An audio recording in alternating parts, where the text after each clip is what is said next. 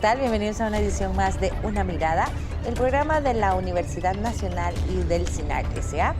Mi nombre es Maribel Quiroz Jara y en esta oportunidad vamos a hablar sobre las investigaciones por el ambiente, porque tienen un papel fundamental en tiempos en que el cambio climático llegó para quedarse, tiene una gran incidencia en diferentes áreas de la vida humana y en el ambiente, por supuesto, y estas investigaciones nos ayudan en esto y muchas otras áreas más. Importante destacar que buena parte de las investigaciones que se hacen en Costa Rica las realizan las universidades públicas con los fondos que son asignados por el Estado en diferentes áreas. Y hoy vamos a conocer las investigaciones que tienen que ver con ambiente que desarrolla la Universidad Nacional. Para ello contamos hoy con la presencia del señor Jorge Herrera Murillo, quien es vicedecano de la Facultad de Ciencias de la Tierra y el Mar de la UNA. Bienvenido a Una Mirada una vez más, Jorge. Un gusto, muchas gracias por la invitación. También está con nosotros Mónica Retamosa Izaguirre, quien es investigadora del Instituto Internacional de Conservación y Manejo de Vida Silvestre de la Universidad Nacional, conocido como ICONVIS. Gracias, Mónica, por estar con nosotros. Gracias, un gusto estar aquí. Además, está con nosotros Rafael Calderón Fallas, director del Centro de Investigaciones Apícolas Tropicales de la Universidad Nacional. Rafael, gracias por volver a Una Mirada. Hace tiempo que no hablábamos de abejas, es uno de mis temas favoritos. Un placer estar por aquí. Y también está con nosotros Rafael Orozco Rodríguez, quien es investigador de la Escuela de Ciencias Agrarias de la UNA. Gracias por estar con nosotros. Gracias. Un tema bien interesante porque hay múltiples investigaciones que se realizan en el país, en el mundo, como decía yo al inicio. Buena parte de la investigación en Costa Rica la realizan las universidades públicas con los recursos que reciben, pero el tema ambiental ha recobrado una importancia particular de un tiempo para acá por los efectos que tiene el cambio climático y otras cosas. Tal vez me gustaría iniciar con una reflexión de parte de ustedes de la trascendencia que tiene la investigación por el ambiente.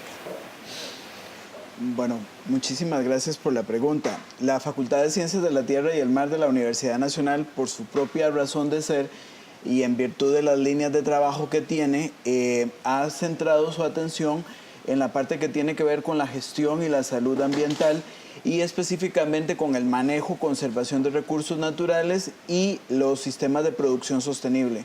Por lo tanto, en la facultad se desarrollan alrededor de 260 proyectos de investigación y extensión que buscan precisamente tratar de encontrar soluciones puntuales a los desafíos que enfrenta actualmente la gestión ambiental y específicamente algunas otras variables que nos están generando escenarios alternativos como el mismo cambio climático que empieza a introducir algunos cambios en los ecosistemas y es muy importante conocer de qué forma está influyendo el cambio climático sobre el contexto de los ecosistemas para poder saber en qué medida tenemos que propiciar la adaptación a este fenómeno.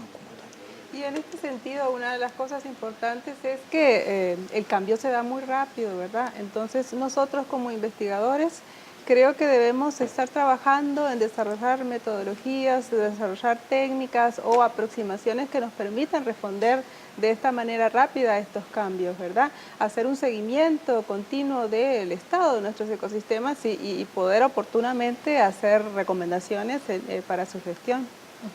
En nuestro caso, el CINAT, que es un Centro de Investigaciones Apícolas Tropicales, somos un instituto interdisciplinario especializado en el estudio de las abejas y desde ese punto de vista estudiamos las abejas en diferentes ámbitos. Uno de esos, digamos, la abeja tiene un impacto muy importante, digamos, en el medio ambiente, ya que ellas en su visita, digamos, a la flor para recoger el néctar y el polen, produce el efecto de la polinización, que es fundamental, digamos, en la producción de frutos y semillas. Y el cambio climático definitivamente, digamos, afecta en ese sentido, digamos, la vida de la abeja.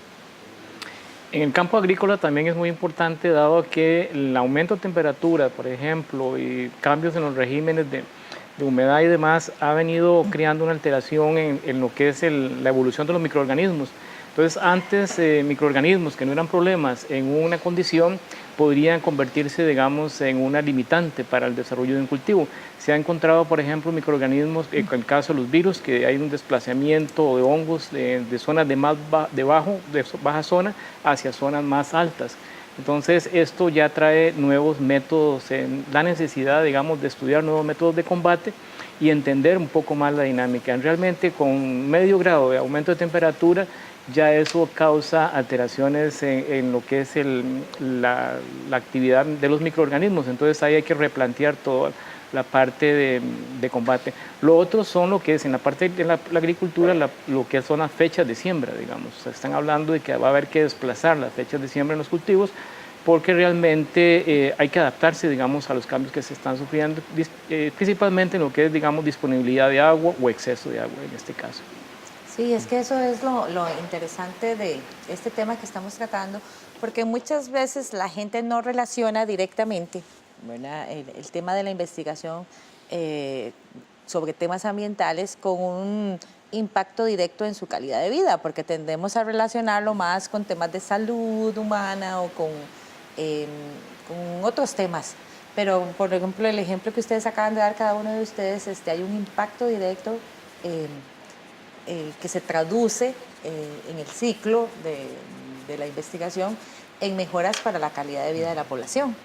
A mí me gustaría resaltar mucho algo que manifestó Mónica en el sentido de que desde hace muchos años las universidades venimos haciendo investigación por diagnosticar, por medir el estado en el que se encuentran los ecosistemas y cómo la acción del hombre afecta o causa impactos a esos ecosistemas, pero el cambio climático nos viene a sumar una variable más, y es que precisamente se están dando alteraciones a una muy alta velocidad. Por lo tanto, desde la ciencia nosotros tenemos que esforzar por crear estudios que de forma más contundente y más rápidamente nos ayuden a comprender qué fenómenos están pasando, tanto a corto como mediano como largo plazo, precisamente porque necesitamos ir estructurando acciones y medidas que nos permitan garantizar que podemos ir contrarrestando esos impactos para garantizar al final la sostenibilidad de los ecosistemas y poder hacerle frente a los embates del cambio climático.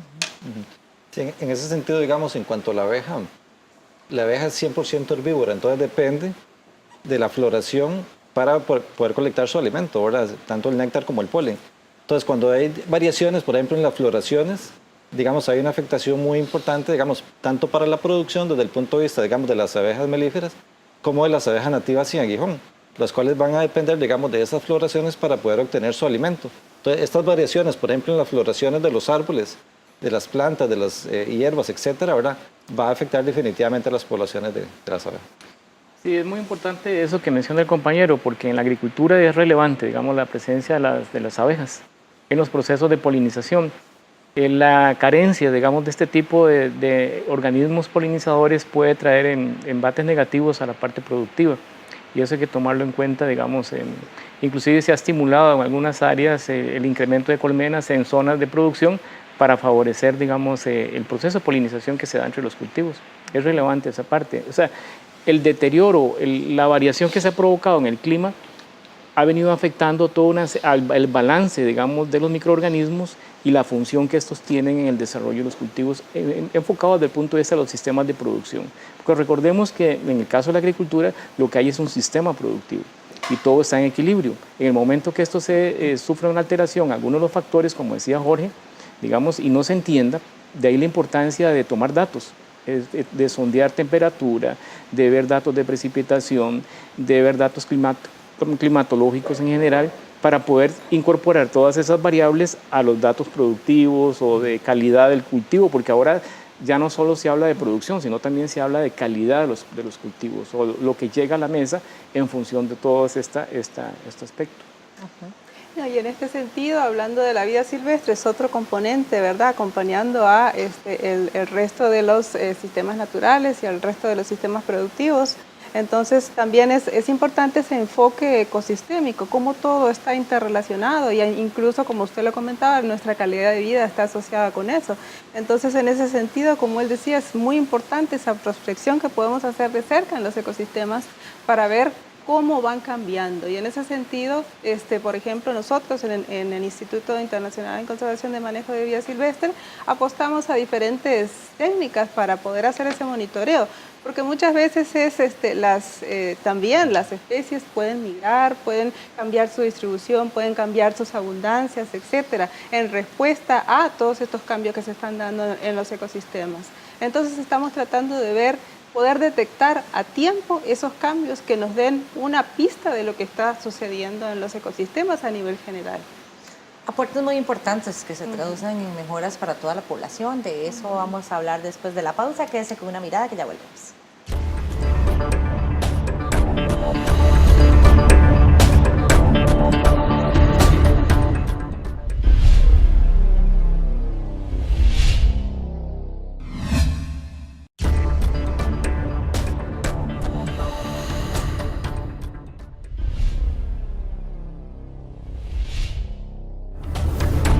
Continúa usted con Una Mirada, el programa de la Universidad Nacional y del CINAR S.A. Hoy con el tema de investigación por el ambiente.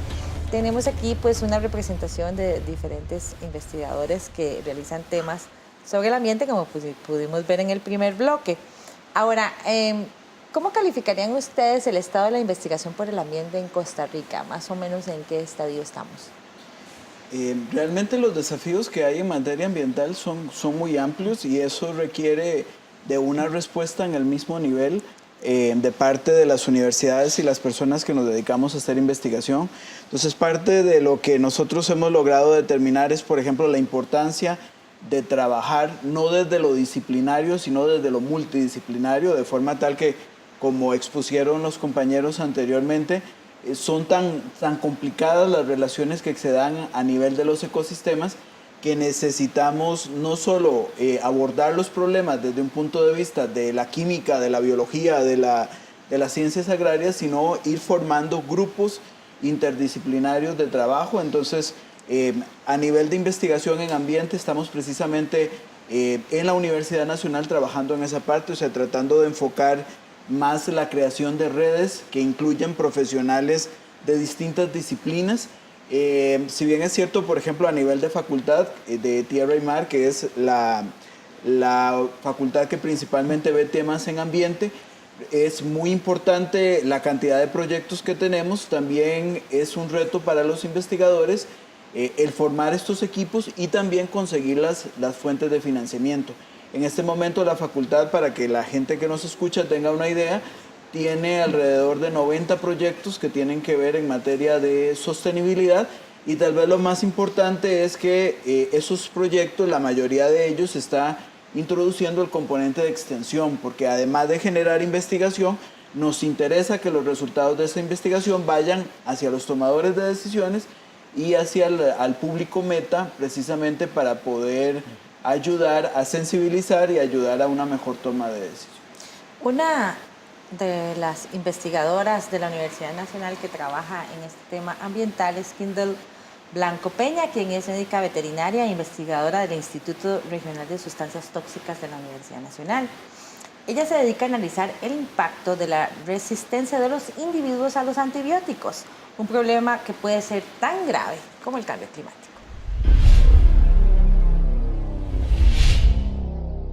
La problemática de la resistencia a los antibióticos ha sido considerada como una de las principales amenazas para la vida humana. De hecho, se considera que si seguimos con el mal uso y sobreuso de los fármacos, pues para el año 2050 no va a haber, las bacterias resistentes van a ser la primera causa de muerte para humanos en el mundo. De hecho, una de las principales amenazas es precisamente la producción de genes de resistencia. ¿Qué es esto? Bueno, las bacterias tienen formas diferentes para reaccionar ante estas sustancias. Una de ellas es la producción de genes que lo que hacen es que facilitan que la bacteria sea resistente a los antibióticos. Y la cuestión es que estos genes pueden ser pasados de una bacteria, de una especie a otra. Entonces, con esto se incrementa la problemática. Hasta el momento se había estudiado sobre todo a nivel intrahospitalario, pero surge la pregunta de cómo influye esto en los ecosistemas, porque todas las descargas de los hospitales o de las casas o de las cosas que se utilizan mal en los hogares, pues van a los ríos, van a los suelos y pues ahí también hay un ecosistema. Además, en las producciones agrícolas y en las pecuarias también se utiliza y en exceso los antibióticos. Entonces, todo esto podría influir en un ecosistema total porque todos vivimos en un mismo mundo.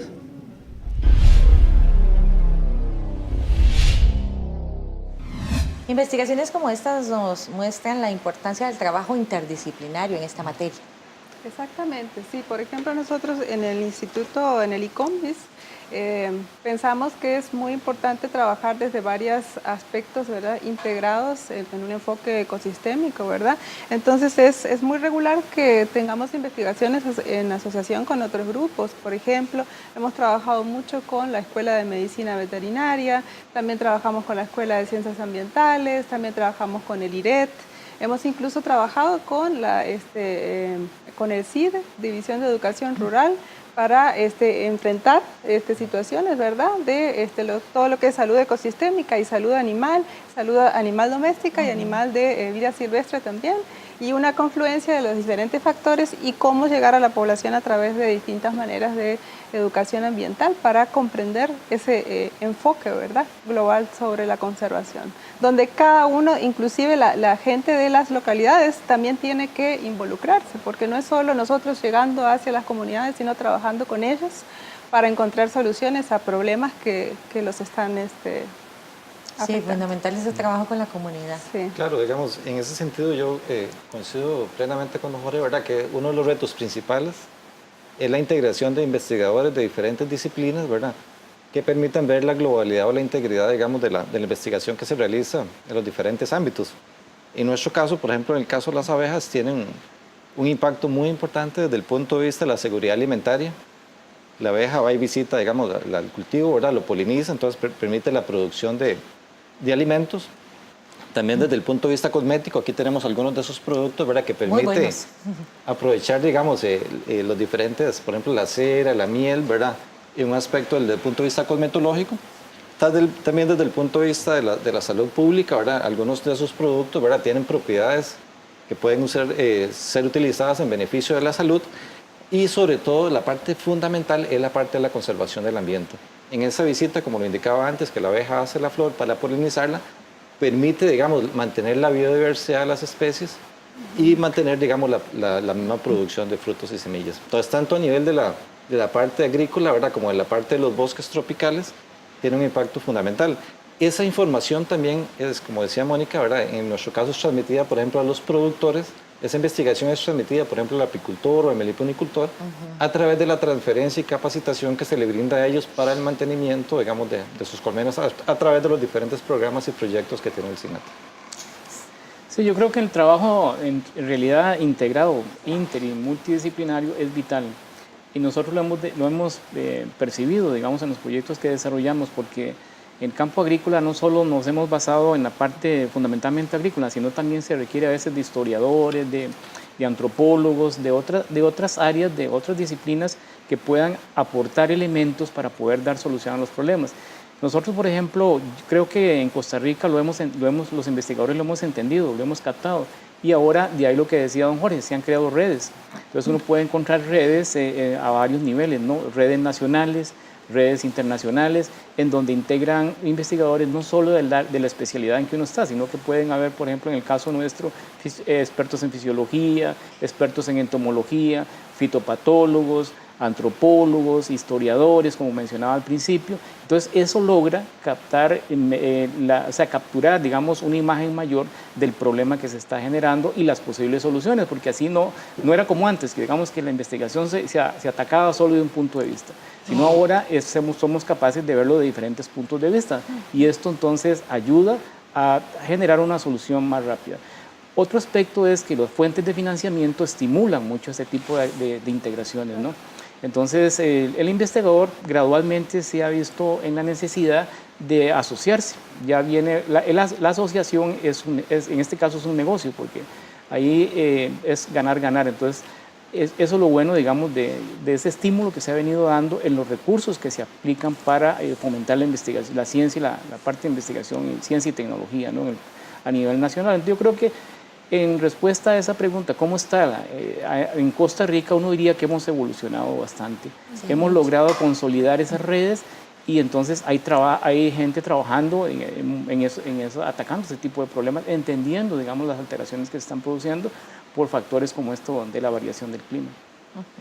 Y es que es importante que el público que nos escucha tenga claro cuál es el rol de la investigación en la universidad, porque si bien es cierto, la universidad busca la creación de conocimiento en pro de ayudar a resolver muchos de los problemas que aquejan al país, también hay que recordar que nosotros usamos la investigación como una forma de transferir conocimientos actualizados hacia nuestros programas de formación docente.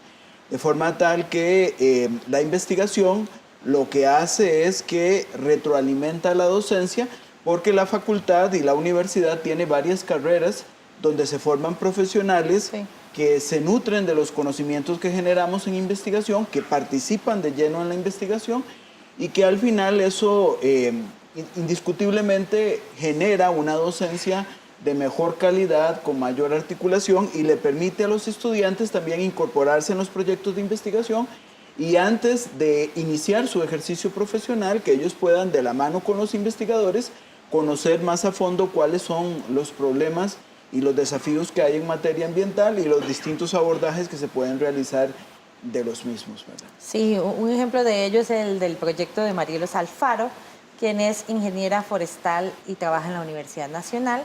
Ella investiga los diversos usos que se le puede dar a la madera de bosques naturales y cultivada para favorecer la fijación de carbono.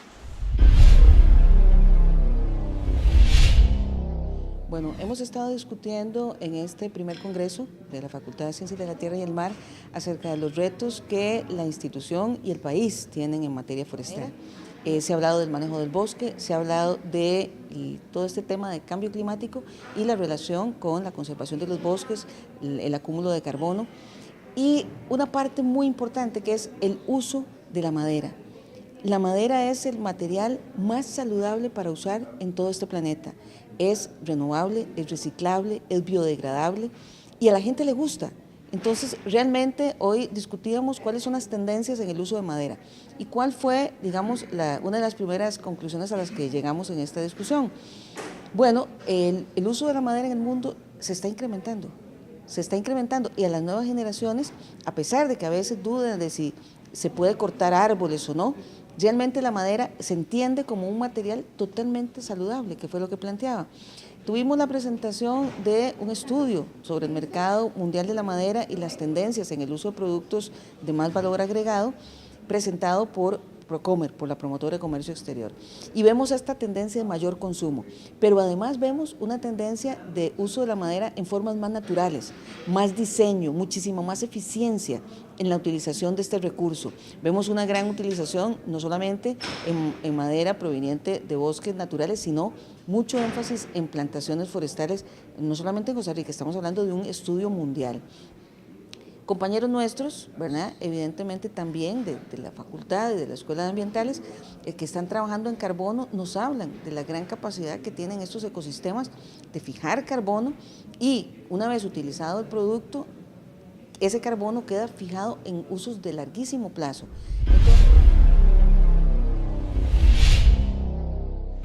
Un ejemplo de cómo la investigación también tiene sus aportes en el tema del manejo sostenible de los recursos.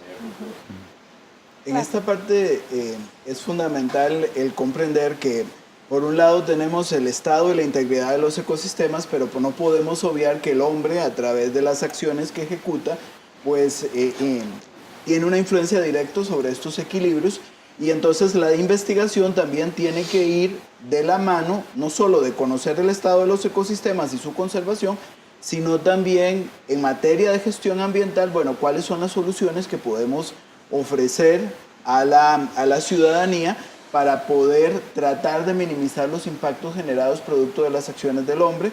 Entonces ahí es donde, por ejemplo, la facultad a través de la Escuela de Ciencias Ambientales, a través del IRED, desarrolla proyectos de investigación orientados a poder detectar y minimizar el impacto sobre uso de sustancias tóxicas y algunas otras tecnologías que podamos implementar para poder mejorar el tratamiento de aguas residuales, mejorar y eliminar los contaminantes que se pueden generar a partir de emisiones generadas al aire a partir de distintos procesos ambientales. Y entonces la facultad también ha propiciado el desarrollo de un trabajo muy cercano con la industria y con los diferentes actores económicos para poder proponer alternativas que sean producción más amigables con el ambiente y, como lo señalaba Mariel Osorfaro en el video, poder hacer un uso y propiciar un uso más racional de los recursos naturales. Sí, y definitivamente en todo esto el tema del financiamiento es fundamental para garantizar pues todo lo necesario para realizar estas investigaciones, en las que los equipos y las técnicas innovadoras son muy importantes. Yo quisiera rescatar, digamos, un poco en el asunto de la investigación, ¿verdad? Que definitivamente es un proceso integrado, ¿verdad? En él se integran, digamos, estudiantes, como lo decía Jorge, ¿verdad? A través de sus tesis, sus proyectos de investigación, y además permite la integración de investigadores, ¿verdad? De diferentes institutos. Por ejemplo, a nivel de nuestra Facultad de Ciencias de la Tierra y del Mar, el SINAT se ha integrado con institutos como el INESEFOR, como decía la compañera anteriormente en el video, con institutos como el IRED, con escuelas, digamos, como la Escuela de Ciencias Agrarias, ¿verdad? Y esto permite un enriquecimiento muy importante de los productos que se pueden obtener a través del mismo. A través de nuestros proyectos también hay un impacto fundamental en la parte ambiental, por ejemplo, la reducción del uso de productos químicos, ¿verdad? Que pueden tener un impacto sobre la salud de las abejas y la contaminación de productos como la miel. Entonces, hacia ahí vamos un poco con la parte del control integrado que vamos a comentar más adelante, ¿verdad? Pero también a través del manejo de las colmenas, de un buen uso, ¿verdad?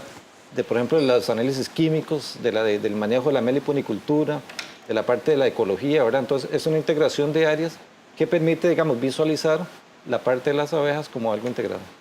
Sí, y interesante, como usted decía, este carácter integral que tienen las investigaciones, porque digamos, el impacto, sus beneficios, de sus resultados no es solo local, sino que trasciende las fronteras, como el caso del especialista holandés Willem Philip de Bock, quien visitó Costa Rica con el objetivo de compartir sus investigaciones sobre contaminantes emergentes. Él determinó que hay sustancias nuevas que aparecen en el agua que aún no se conocen los efectos que tienen sobre la salud humana y el ambiente.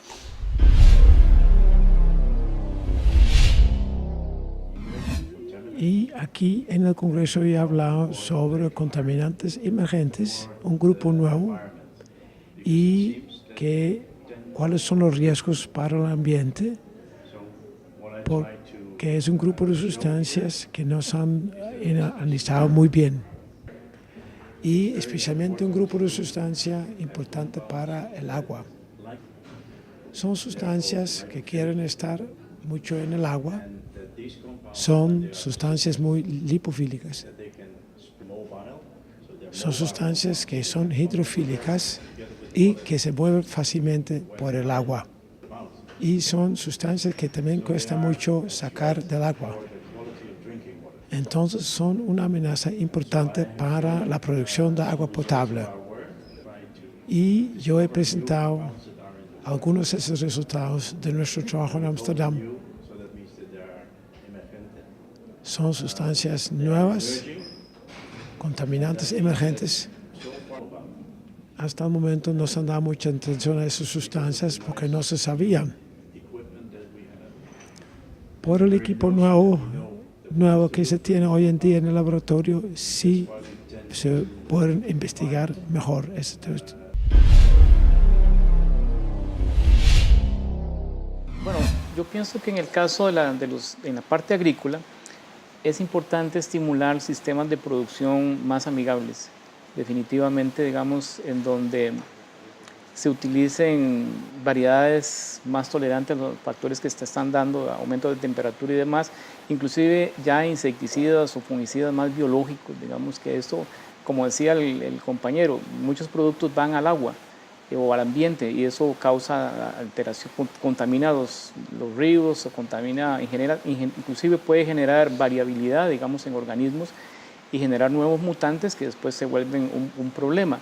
Entonces yo creo que uno debería enfocar en la parte de agricultura, enfocarse en la parte de sistemas mucho más amigables, de menor impacto en el ambiente, pero para eso se requiere inversión.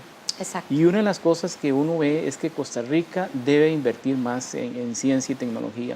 Y es una de las cosas que estuvimos comentando ahora previo a ingresar a este escenario, en donde actualmente las fuentes de financiamiento para la ciencia y la tecnología son escasos en el país, cada vez se reducen más. Entonces, eso es una preocupación, digamos, que existe en este momento.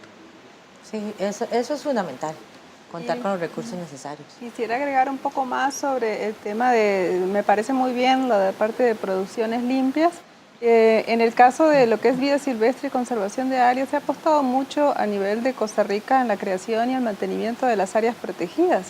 Sin embargo, es muy importante no descuidar todo lo que pasa alrededor de las áreas protegidas, porque eso sin duda tiene un gran efecto permea hacia las áreas protegidas.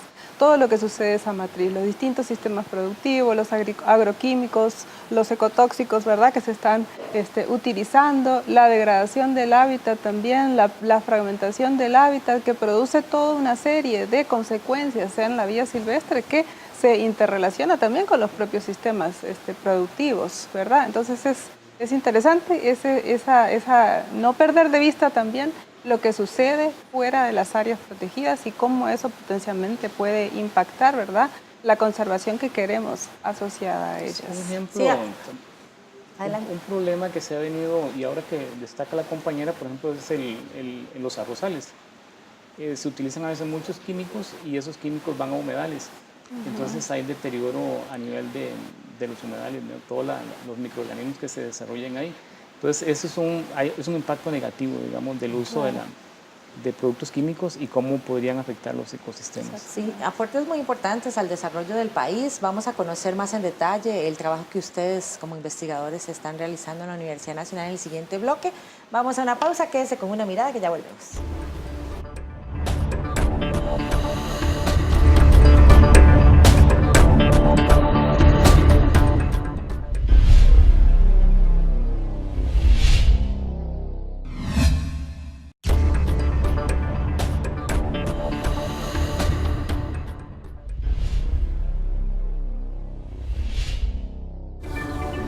Regresa usted a Una Mirada, al programa de la Universidad Nacional y del CINAR S.A., hoy con el tema de investigación por el ambiente. Hemos hablado de diferentes iniciativas que se están desarrollando en el tema de investigación en el seno de la Universidad Nacional, pero ahora tal vez me gustaría que tomemos unos minutos para que compartan el trabajo que ustedes específicamente están desarrollando. Mónica, cuéntenos de su experiencia. En mi caso soy bióloga, pero siempre me ha interesado mucho analizar cómo los distintos paisajes, cómo se estructuran los paisajes y sobre todo cómo se manejan, ¿verdad? Y el efecto que tiene eso sobre la vida silvestre y la conservación, desde un enfoque como de extensiones espaciales más amplias y de un nivel, digamos, a nivel como de comunidad, a un nivel ecosistémico. Entonces, dada nuestro interés en el Instituto en Conservación y Manejo de Vida Silvestre, de que todas las investigaciones tengan su aporte, ¿verdad?, en la parte de conservación, es trabajar como en distintas metodologías que nos permitan hacer ese diagnóstico de los estados, ¿verdad?, de los ecosistemas de una manera rápida. Algo que empecé a trabajar yo, por ejemplo, es una disciplina que se llama Ecología de Paisajes Sonoros o Paisajes Acústicos. El tema del ruido, ¿verdad?, y el tema de la comunicación animal se ha estudiado por mucho tiempo. Sin embargo, hace relativamente pocos años se cambió como el enfoque para no solo estudiar los mecanismos de comunicación animal, sino también todas las características de un determinado paisaje sonoro como indicadores de la salud que pueda tener un determinado ecosistema, ¿verdad?, desde otro tipo de enfoque. En ese punto es donde a mí me empieza a interesar por mis intereses personales y por las líneas de trabajo del ICOMBIS, ¿verdad? Entonces ahí la investigación que he tenido es tratar de ver cuánto, porque un paisaje sonoro se caracteriza por todos los sonidos que hay en un determinado paisaje, ¿verdad? Los sonidos de los animales, los sonidos del viento, las hojas, el agua, los truenos, etcétera, y también los sonidos producidos por el hombre, las maquinarias, los vehículos, las voces, todo eso, ¿verdad? Todo eso incide en el paisaje sonoro y lo estructura. Entonces uno analizando eso y utilizando una serie como de algoritmos matemáticos o índices, puede uno como tratar de interpretar qué es lo que está pasando en el sistema.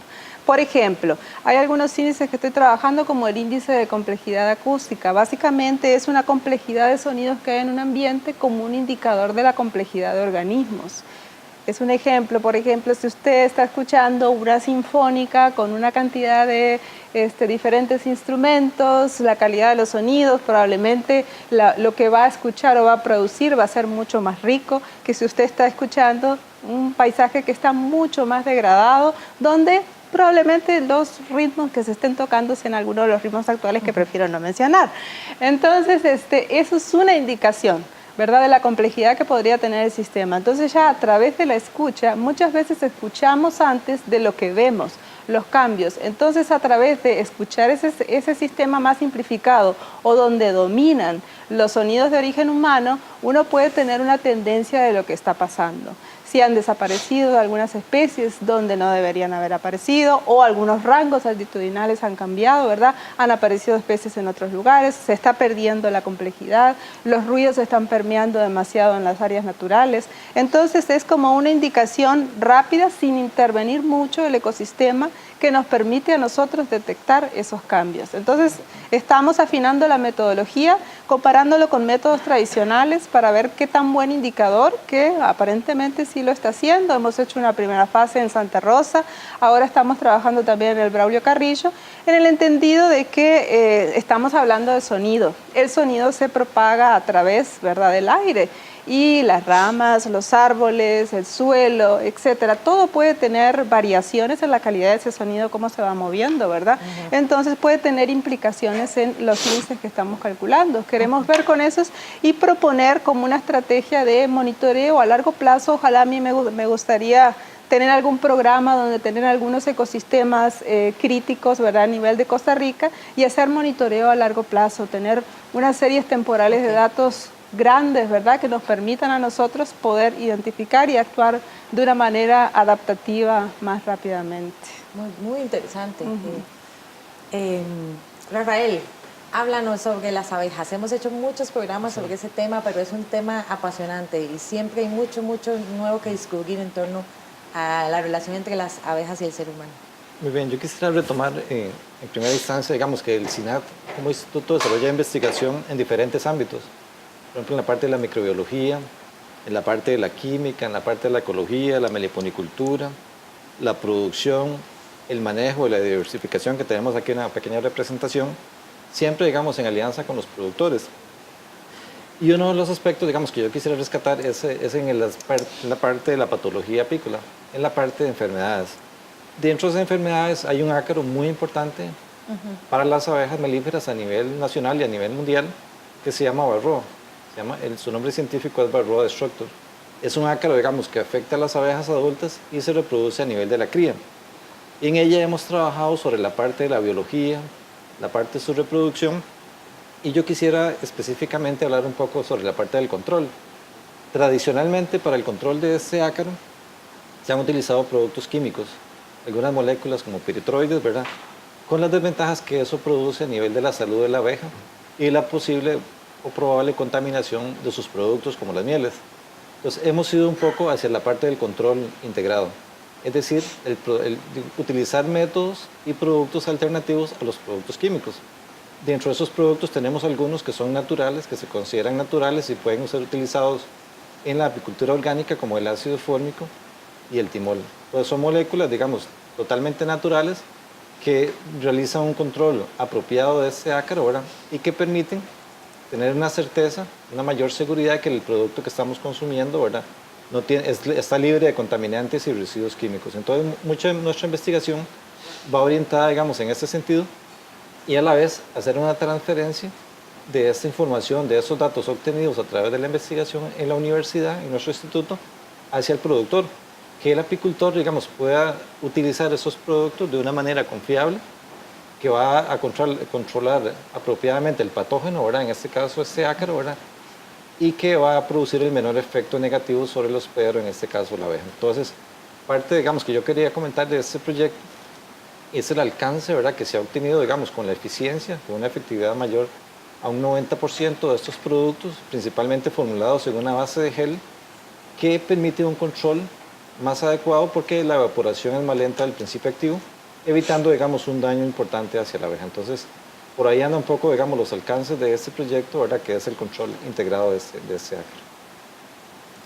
Rafael, cuéntenos sobre su iniciativa. Bueno, nosotros hemos venido, bueno, primero yo soy ingeniero agrónomo, pertenezco a la Escuela de Ciencias Agrarias. La Escuela de Ciencias Agrarias tiene como misión, digamos, el trabajo más en la parte agroecológica, y a raíz de eso, digamos, nuestros proyectos han encaminado en esa vía. En este momento estamos desarrollando dos principales proyectos, uno que tiene que ver con el cultivo del arroz, que es financiado por un proyecto regional que se llama ARCAL, que es Acuerdo Regional para el fomento de la ciencia y la tecnología para América Latina y el Caribe. Es financiado por el Organismo Internacional de Energía Atómica en parte y por supuesto por la Vicerrectoría de Investigaciones nuestras. En él participan también la Universidad de Costa Rica, el Instituto Tecnológico y lógicamente la UNA a través de la Escuela de Ciencias Agrarias. ¿Cuál es el objetivo de este tipo de proyecto en el caso del arroz? Pensando en lo del cambio climático y la variación del clima, digamos, el principal objetivo de estos proyectos es incrementar la variabilidad genética en los cultivos a través del uso de la energía nuclear. Entonces, se provoca variabilidad genética con un fin específico. Nosotros estamos buscando resistencia a sequía, previendo, digamos, que en Costa Rica, en el 2080, más o menos, las proyecciones prevén que Guanacaste va a ser una zona muy seca. Entonces, la idea es ir generando, digamos, elementos, digamos, para poder adaptarse.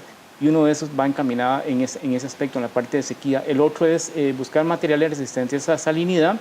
Y también estamos enfocándonos a la parte de un menor uso del nitrógeno, porque el nitrógeno es uno de los compuestos en el cual el cultivo del arroz es muy demandante, pero también tiene efectos en el ambiente. Entonces la idea es bajar costos y usar menos este tipo de productos. Eso en el caso del arroz. Tenemos otro proyecto en el caso del maíz, que es el rescate de la biodiversidad del maíz criollo. La idea ahí es rescatar genes que se encuentren en riesgo de erosión, que se puedan perder por los diferentes aspectos, digamos, ya sea porque no se conserva bien o porque vayan a haber variaciones en el clima que afecten los grados de polinización, etc.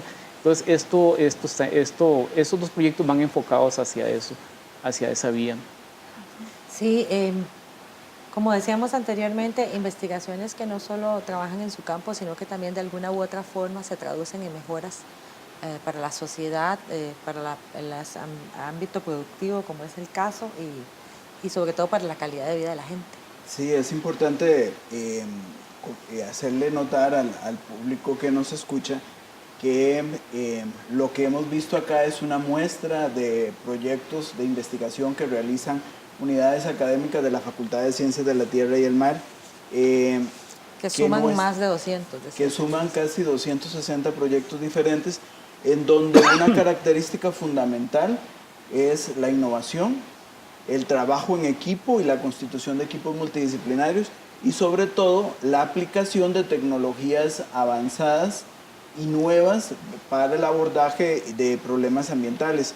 Estamos claros que el contexto actual de la sociedad moderna es un contexto muy complejo porque adicional a las dinámicas que ya teníamos de desarrollo humano, el cambio climático nos está poniendo en un contexto bien complicado porque, como se señalaba anteriormente, los procesos están ocurriendo muy rápidamente y entonces para poder entender esos procesos y para poder dar soluciones oportunas a esos procesos necesitamos hacer uso de equipos de alta tecnología y, como ustedes lo pudieron ver acá con nuestros compañeros académicos, hacer uso de metodologías de abordaje innovadoras que nos permitan plantear soluciones a los principales problemas.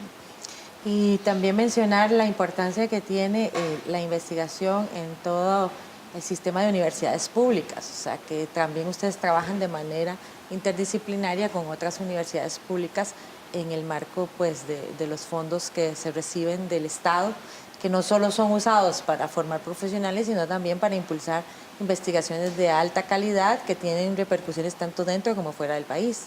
Claro, y ahí inclusive la facultad, la mayoría de los proyectos que se desarrollan en la facultad, nuestros investigadores están asociados a redes nacionales y redes internacionales. De hecho, tenemos un muy alto índice de publicación y de participación de nuestros académicos en eventos internacionales. Eso hace que muchos de nuestros académicos estén participando con grupos de investigación importantes, como lo mencionaba don Rafael, que es un caso de un proyecto que está trabajando a nivel latinoamericano en la búsqueda de soluciones a problemas que son comunes para nuestro país y para la región latinoamericana, y muchos de ellos de trascendencia inclusive a nivel mundial.